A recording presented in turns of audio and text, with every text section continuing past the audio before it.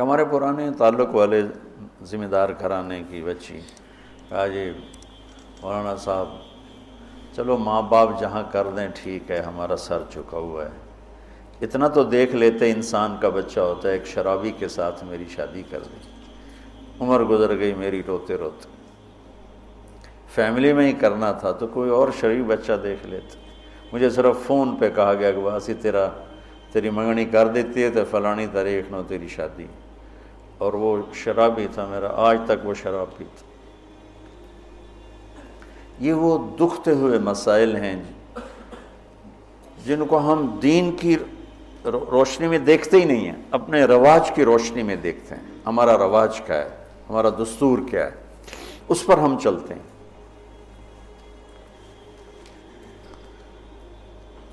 تو میرے نبی نے ہم عمر سے شادی کی، سودا، عمر سے بڑی سے شادی کی، خدیجہ، کم عمر سے شادی کی باقی ساری بیگمات، خاص طور پہ حضرت عائشہ، مطلقہ سے شادی کی زینب، بیوہ سے شادی کی خدیجہ، حفصہ، کنواری سے شادی کی عائشہ رضی اللہ تعالیٰ عنہ، مالدار سے شادی کی خدیجہ، غریب سے شادی کی جویریہ، باندھی ہو کر آئی ہیں، ہمسر سے برابری میں شادی کی ام سلمہ، ام حبیبہ، اپنے خاندان میں شادی کی عائشہ، ام حبیبہ، ام سلمہ، یہ حفصہ، یہ قریش ہیں، خاندان سے باہر قوم میں شادی کی جویریہ، میمونہ، قوم سے بھی باہر یہود میں شادی کی صفیہ رضی اللہ تعالیٰ عنہ۔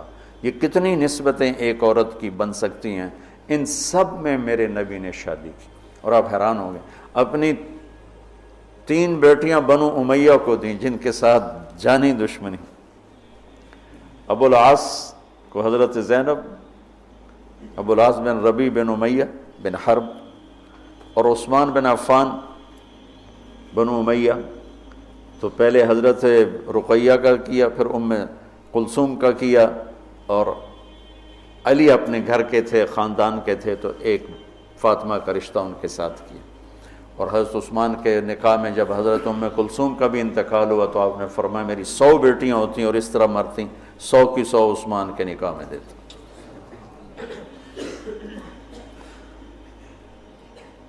یہ معاشرت کے احکام کو اللہ روزے کے درمیان لے کر آئے، اوپر بھی روزہ ہے، نیچے بھی روزہ ہے، اور اس کے بیچ میں اللہ تبارک و تعالی ہمیں یہ دکھا رہا ہے کہ معاشرت عبادات کی طرح ہے، عبادت کی طرح ہے، معاشرت خوبصورت نہیں ہوگی تو ہمارا دین خوبصورت نہیں ہوگا، میں بیوی کو عزت نہیں دوں گا۔ دیکھو طنز کا بول ایسا جیسے کپڑے پھاڑ دینا، بے عزت کرنے کا بول ایسا جیسے کپڑے پھاڑ دینا، اور میں کتنا ہی پاگل ہو جاؤں غصے میں اپنا کرتا خود نہیں پھاڑتا ہوں، میں کسی کا کرتا تو پھاڑوں گا، اپنا نہیں پھاڑوں گا۔ تو میری بیوی میرا لباس ہے، مجھے غصہ چڑھا ہوا ہے،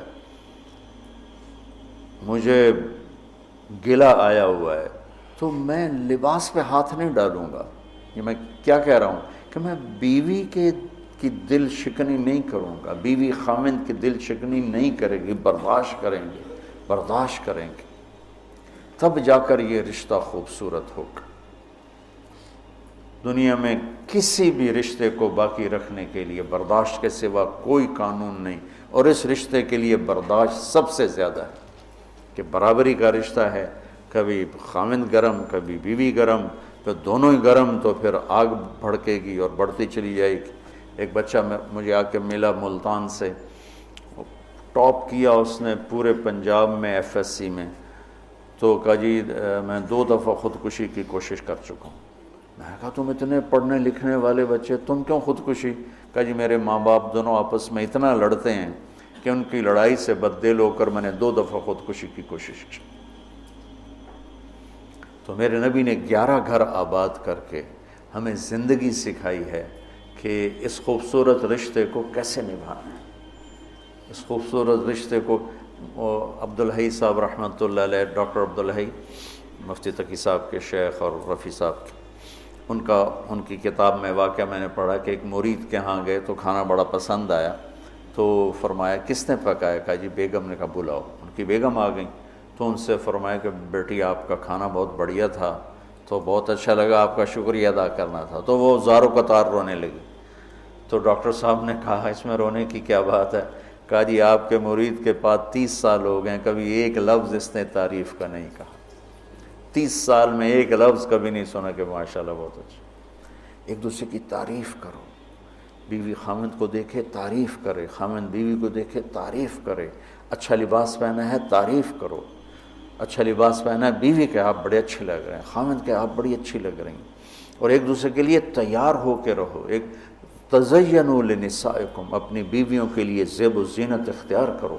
حضرت ابن عباس فرماتے ہیں کہ میں اپنی بیوی کے لیے خاص طور پہ زیب و زینت اختیار کرتا ہوں، چونکہ جیسے میری بیوی میرے لیے میک اپ کرتی ہے، میں اپنی بیگم کے لیے میک اپ کرتا ہوں۔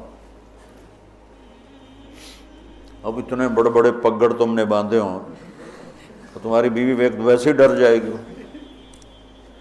اور لمبے لمبے چوغے وہ جو مولانا عبدالغفور صاحب کے شاگرد ہیں، وہ دیکھ کے لگتا ہے جن آ رہے ہیں۔ اسلام کو اس طرح خوبصورت کر کے پیش کرو کہ دیکھنے والوں کو کشش محسوس، دیکھنے والوں کا بول ایسا بولو۔ لباس 2 کام کرتا ہے، ایک خوبصورت بناتا ہے، ایک عیب چھپاتا ہے۔ یہی کام اپنی بیوی کے لیے کرو، اس کے لیے زندگی کو خوبصورت بناؤ، اس کی کمیاں چھپاؤ۔ وہ خامند کے لیے کرے کہ اس کی کمیوں کو چھپائے، اس کی زندگی کو خوبصورت بنائے، تب یہ سارا کچھ لفظ لباس ہے۔ تیسرا دن ہو چکا میں آپ کو لباس لباس لباس پر، کہ یہ بہت اہم مضمون ہے۔ آپ سب اب فارغ ہونے والے وقت کے زیادہ قریب ہو چکے ہو، ابتدائی سالوں سے آگے انتہائی سالوں میں آ گئے۔ اب سب کی، بہت سو کی شادی ہو چکی، بہت سو کی انشاءاللہ اب سب کی ہو جائے گی۔ تو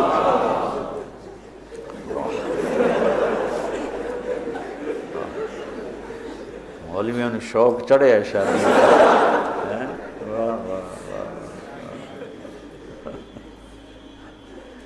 ہاں کرو، لیکن جو میں سبق یاد دلا رہا ہوں اسے یاد رکھنا۔ بچوں، حسن سلوک کے بغیر کوئی گھر آباد نہیں رہ سکتا، اچھے اخلاق کے بغیر کوئی گھر آباد نہیں رہ سکتا۔ پھر اللہ تعالیٰ نے تشبیہ دی ہے، نساؤکم حرث لکم فأتوا حرثکم انا شئتم وقدموا لانفسکم۔ تمہاری بیوی تمہاری کھیتی ہے۔ کیا تشبیہ ہے خوبصورت دوسری، وہاں لباس یہاں کھیتی۔ میرا زمیندار گھرانے سے تعلق، لہذا بچپن سے کھیتی کو ہوتا بھی دیکھ رہے ہیں اور کیسے اس پہ جان لگتی وہ بھی دیکھ رہے ہیں۔ میں نے فزیکلی زندگی میں 4 مہینے زمیندارہ کروایا تھا 1984، یعنی پورے پروسیس سے گزرا، جیسے ایک مزدور کرتا ہے ایسے اپنے مزدوروں کے ساتھ مل کر۔ کتنی خوبصورت تشبیہ ہے۔ فصل کو ڈنڈے مارتے ہیں، کپاس کو دیکھا کوئی ذمہ دار ڈنڈوں سے کوٹ رہا ہو یا گالیاں دے رہا ہو؟ آم کے پودے کو لتر مارو تو پھل ہی نہیں دیتا، تیری بلانے دی۔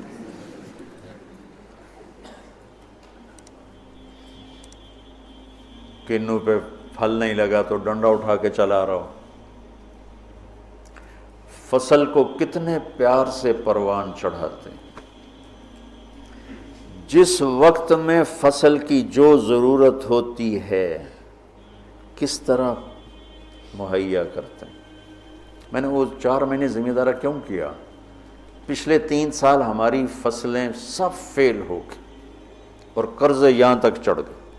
ہمارے پاس کوئی جمع پونجی تاجروں کی طرح تو ہوتی نہیں، یہاں تک چڑھ گئے۔ تو میں نے چھٹی لی رائمنڈ سے 4 مہینے اور اپنا زمیندارہ خود سنبھالا، کہ مجھے ڈر لگا کہ اگر اس دفعہ بھی ہماری فصل نہ ہوئی تو پھر زمین بیچ کے قرضہ دینا پڑے گا۔ تو 3 سال کے پیچھے قرضے چڑھے ہوئے، تو میرے پاس تو پیسہ ہی نہیں تھا کہ میں کھاد کیسے لوں، سپرے کیسے لوں، جی ڈیزل کیسے لوں۔ لیکن جس وقت کپاس کہتی پانی چاہیے، میری جیب میں پیسہ نہیں، میں بھاگ رہا ہوں، کہیں سے ادھار پکڑ رہا ہوں، کہیں سے کوئی پلاٹ بیچ رہا ہوں، کوئی درخت بیچ رہا ہوں، اور اس کو پانی پلانے کے لیے انتظام کر رہا ہوں۔ وہ کہتے ہیں مجھے کھاد چاہیے، تو میں بلاتا فوری طور پہ، یہ ٹالی بیچنی ہے بھائی، ٹالی کا درخت ہوتا ہے نا، ککر بہت زیادہ تھے، میرے والد صاحب کو درختوں کا بڑا شوق تھا، تو بے شمار کھڑے تھے، تو ایک دو بیچے، چلو بھائی کھاد لے آؤ، وہ لے آؤ، سپرے لے آؤ۔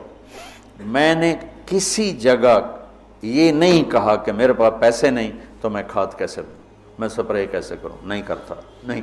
جو میری کپاس نے مانگا میں اس کو دیتا رہا، میں اس کو دیتا رہا، میں اس کو دیتا رہا، اور اوپر کھڑے ہو روزہ جون میں 15 ایکڑ میں ٹریکٹر کے ساتھ بھاگتا تھا روزہ رکھ کے۔ اب تو سردرد نے مجھے گرا کے رکھ دیا ہے، 15 ایکڑ جون میں ٹریکٹر کے پیچھے بھاگ رہا ہوتا تھا، وہ گوڈی کر رہا ہے تو کہیں کوئی پودا نہ اکھڑ جائے، وہ بیج گرا رہا ہے تو کہیں کوئی بیج وہ کہیں پھنس نہ جائے اور وہ زمین خالی رہ جائے۔ جتنی ایک کھیتی کی محنت ہے، اس کا 100واں حصہ بیوی کے ساتھ اخلاق بنا لو تو آپ کی فصل برابر ہو جائے۔ نساؤکم حرث لکم، اگر درخت نے پھل نہیں دیا تو میں کٹواتا نہیں ہوں، میں اس کا علاج کرتا ہوں، میں اس کا مرض ڈھونڈتا ہوں۔ پچھلے سال ایک آم کا پودا پھل نہیں دے رہا تھا، تو مجھے تو اب اتنی سمجھ نہیں، تو میں نے اپنے دوست کو بلایا، میں نے کہا یار ذرا اس کو دیکھو، اس کو کیا مسئلہ ہے، یہ پھل نہیں دے رہا ہے۔ تو اس نے اس کا علاج بتایا کہ اس کا یہ کریں، یہ کریں، یہ کریں۔ تو پھل نہیں دیتی تو میں پریشان ہوتا ہوں، اور میں اس کی خدمت کرتا ہوں، خدمت بڑھاتا ہوں۔ اب اس کو آپ رشتوں پہ اس رشتے پر فٹ کرتے جاؤ کہ بھائی تمہاری بیوی بہت بدتمیز ہے، تو سمجھو درخت ہے، پھل کوئی نہیں۔ تو اب وہ پانی مانگے تم پانی دو، وہ محبت مانگے تم محبت دو، وہ روٹی مانگے تم روٹی دو، وہ لباس مانگے تم لباس دو۔ چونکہ محبت ایک اتنا بڑا جادو ہے کہ ساری دنیا کے جادوؤں کا توڑ موجود ہے، محبت کے جادو کا توڑ کوئی نہیں۔ بادن ہوا کا صبرت ام لم تصبرا وبکاک ان لم یجر دمعک او جرا امر الفؤاد لسانہ وجفونہ فکتمنہ وکفا بجسمک مخبرا۔ محبت کا جادو سر چڑھ کے بولتا ہے۔ پھر کوئی کھیتی ایسی نہیں جس میں گندی جھاڑیاں نہ پیدا ہوتی، دنیا بھر میں پھر کے دیکھ لیا ہے، بڑے بڑے فارم دیکھ لی، کوئی کھیتی ایسی نہیں ہے جس میں گندی جھاڑی نہ پیدا ہوتی ہو، کوئی خاوند بیوی کا رشتہ ایسا نہیں ہے جس میں اونچ نیچ نہ ہوتی ہو۔ ہم فصل کو بچاتے ہیں اور گندی جھاڑیوں کو نکالتے ہیں، اور گندی جھاڑیاں خود پیدا ہوتی ہیں اور فصل کو پیدا کرنا پڑتا ہے۔ بد اخلاقی خود آئے گی، اخلاق کو بنانا پڑے گا، غصہ خود آئے گا، ضبط کو بنانا پڑے گا، زبان تیز خود ہوگی، اسے ٹھنڈا کرنا پڑے گا، طبیعت میں نفرت پیدا ہوگی، اسے محبت میں بدل۔ یہ سب گندی جھاڑیاں ہیں۔ خاوند اور بیوی کھیتی سے تشبیہ ہے تو زمین کیا ہے؟ دل ہے، اور گندی جھاڑیاں کیا ہیں؟ تانے، بولیاں، نفرت، غصے، مار پٹائی، کبھی خامند کی طرف سے، کبھی لڑکی والوں کی طرف سے، کبھی لڑکے والوں کی طرف سے، کبھی سسرال کی طرف سے، کبھی ساس سسر کی طرف سے، کبھی بھائی بہنوں کی طرف سے۔ ایک بچہ بتا رہا تھا کہ میرا باپ میری ماں کو مارتا تو میرے چاچا بھی آ کے مارنا شروع کر دیتے، جن کنبختوں کا اس کے ساتھ کوئی رشتہ ہی کوئی نہیں، کہ وہ میری ماں کو مارتا میرا باپ تو میرے چاچا بھی آ کے ساتھ ہی اپنے بھائی کے میری ماں کو مارنا شروع کر دیتے تھے۔ یہیں کی کہانی سنا رہا. تو گندی جھاڑیوں سے پاک کوئی فصل نہیں ہو سکتی. انہیں مارنے کے لیے الگ دوائیں ہیں، الگ محنت ہے، الگ کوشش ہے، اور پھر آہستہ آہستہ فصل کی حفاظت ہے اور گندی جھاڑیوں کو نکالنا ہے یہاں تک کہ فصل پروان چڑھ جاتی ہے. اسی طرح میرے بچوں، یہ غصہ، یہ نفرت، یہ بغض، یہ آپس کی عداوت، یہ وہ گندی جھاڑیاں ہیں، انہیں نکالنا پڑے گا. یہ زمین سے ہم بنے ہیں، ہمارے اندر گندگی خود جنم لیتی ہے، صفائی کو لانا پڑتا ہے. برائی خود جنم لیتی ہے، نیکی کو لانا پڑتا ہے. جیسے کپاس کو اگانا پڑتا ہے اور گندی جھاڑی کو مارنا پڑتا ہے. ہم مٹی سے بنے ہیں. مٹی کی خاصیت ہے کہ اس میں گندگی فَأَلْهَمَهَا فُجُورَهَا وَتَقْوَاهَا، فجور پہلے ذکر کیا، تقوی بعد میں ذکر کیا. میں اس سے یہ استنباط کرتا ہوں کہ ہمارے اندر برائی خود آئے گی، نیکی کو لانا پڑے گا. جھوٹ بولنا خود آئے گا، سچائی کو لانا پڑے گا. بخل خود آئے گا، سخاوت کو لانا پڑے گا. حرص و حوث خود آئے گا، ایثار کو لانا پڑے گا. نفرت خود آئے گی، محبت کو لانا پڑے گا. انتقام خود اٹھے گا، معاف کرنے کو لانا پڑے گا. یہ زندگی بھر کی زراعت کی محنت ہے. جاؤ کھیتوں میں جا کے دیکھو کہ ذمہ دار کیسے مٹی میں مٹی ہو رہا ہے اور کس طرح اپنی فصل کو اولاد کی طرح پروان چڑھا رہا ہے، اور کس طرح وہ اس میں سے گندی جھاڑیوں کو آرام سے نکال رہا ہے کہ پودا نہ ہل جائے. پودا، میں ہاتھوں سے 15 ایکڑ کے پلاٹ اپنے ہاتھوں سے جھاڑیاں کھینچتا تھا، وہ رمبے کھرپی سے نہیں کہ کہیں کپاس کا پودا متاثر نہ ہو جائے. میں اس تشبیہ کو جو سمجھا ہوں، اول تو تمہیں کسی تفسیر میں یہ نہیں ملے گا جو میں تمہیں بتا رہا ہوں. میں تو اس کو زراعت سے سمجھ کے تمہیں بتا رہا ہوں، ورنہ ہر ایک نے وہ ایک مخصوص معنی میں اس کو استعمال کیا. فاتو حرثکم انا شئتم، اس کے بارے میں اقبال و ادبار میں اس کو استعمال کیا ہے. میں تمہیں بتا رہا ہوں کہ اس میں اللہ تعالیٰ یہ بھی بتا رہا ہے کہ کھیتی کو کیسے پالنا ہے اور کیسے پروان چڑھتی. سب سے پہلے اسی کو جب وہ لگ رہی ہوتی ہے تو بھاگم بھاگ، جب تک اس کا پورا پھل گھر نہیں آتا ذمہ دار چین سے نہیں بیٹھتا ہے.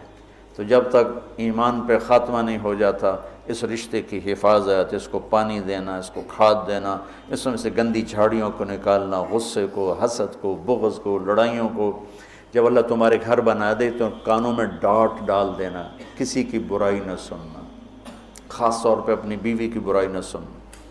کسی کی نہ سنو لیکن بیوی کی نہ سنو. اور بیویوں سے کہتا ہوں کہ اپنے خامند کی برائی نہ سنو. اب بیویوں پر شک مت کرو. شک نے کتنے گھر برباد کر دیے، بگاڑ کے رکھ دیے، تباہ کر کے رکھ دیے.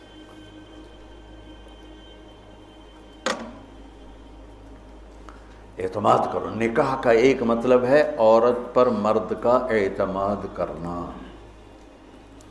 اب یہ موبائل کا زمانہ ہے، بیویاں خامدوں کو موبائل ڈھونڈ رہی ہوتی ہیں اور خامد بیویوں کو موبائل ڈھونڈ رہے ہوتے ہیں کہ کتنے میسج کیتا، کتوں میسج آیا. یہ ایسی بدتمیزی، بد اخلاقی، یہ زندگی کے ماتھے پر بہت گندا بدنما داغ ہے. میں قربان جاؤں اپنے نبی کی. جو حضرت عائشہ پہ تہمت لگی کوئی ایسے ہی نہیں لگی، بہت بڑی حکمتیں تھی پیچھے، اور سارا ماحول متاثر ہو چکا ہے. وحی بند ہے اور میرے نبی کہہ رہے ہیں عائشہ کوئی غلطی ہوئی ہے تو توبہ کرو، اللہ معاف کر دے گا. ذرا اپنے آپ کو یہاں خود اپنے آپ کو بٹھا کے سوچو.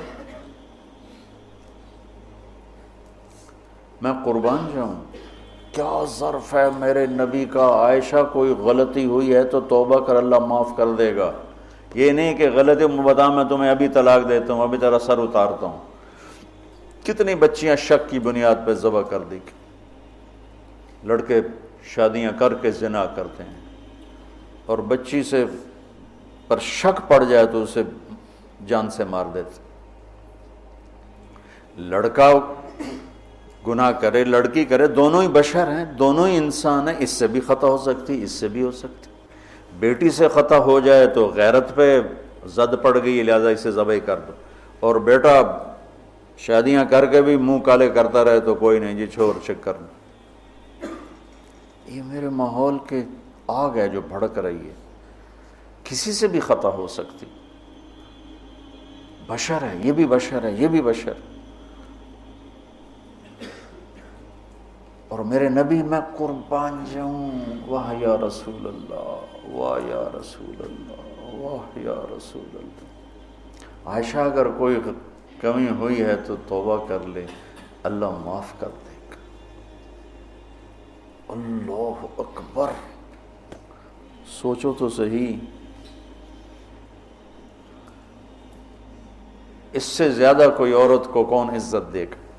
کہ آپ نے ان کو ایک بشر سمجھ کے کہا، ہوئی ہے کوئی کمی تو توبہ کر، اللہ معاف کر دے، نہیں ہوئی تو اللہ تیری شان میں کچھ نہ کچھ ضرور تیری صفائی دے گا۔ اسی وقت پھر اللہ نے جبریل کو اتارا۔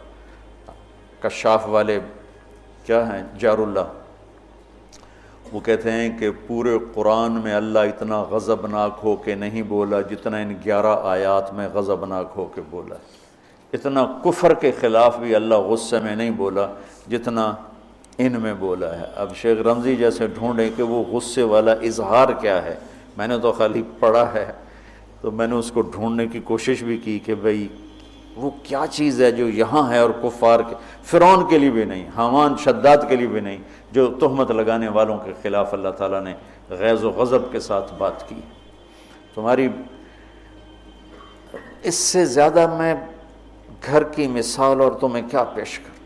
عائشہ اگر کوئی ہوا ہے تو توبہ کر لے، اللہ معاف کر دے۔ سبحان اللہ۔ پھر اللہ نے اسی وقت آیت کو اتار دی، تو آپ نے ماتھا پہ پسینہ تھا، مسکرائے، عائشہ مبارک ہو، اللہ نے تجھے بری و ذمہ قرار دے دی۔ ام رومان کہنے لگی اٹھو، اللہ کے رسول کا شکر ادا کرو، کہا نہیں، اس کا شکر ادا کریں گی جو میری گواہی دینے آیا، جو میری گواہی دینے آیا۔ تو یہ گھر کی زندگی کے وہ مسائل ہیں بچوں جس میں پوری امت اس وقت مبتلا ہے، خاص طور پر میرا ملک بر صغیر۔ میں چاہتا ہوں تم سیرت مبارکہ سے اثر لو، اللہ کے واسطے قرآن سے جڑو، سیرت سے جڑو۔ میرے نبی نے کیا کیا؟ ہم صرف بزرگوں پہ اٹک جاتے ہیں، اکابر پہ اٹک جاتے ہیں، آگے نہیں جاتے ہیں۔ ہمارے اکابر ہمارا سرمایہ ہیں، ہمارے لیے عالم الہدا ہیں، روشنی کے مینار ہیں، ان سے استفادہ کے بغیر ہم جاہل ہیں، لیکن وہ بھی ہماری طرح انسان ہیں۔ نمونہ بننے کے لیے صرف میرے نبی کی ذات ہے، صرف میرے نبی کی ذات ہے، صرف میرے نبی کی ذات۔ سیرت سے جڑو، قرآن سے جڑو۔ پہلا نمبر قرآن ہے، دوسرا نمبر حدیث ہے، تیسرا نمبر فقہ ہے۔ ہم نے الٹا کر دیا، پہلے نمبر پہ فقہ کو لے گئے، دوسرے نمبر پر حدیث بھی فقہی انداز میں، اور قرآن تو جلالین پڑھ کے چھٹی ہو گئی، چلو۔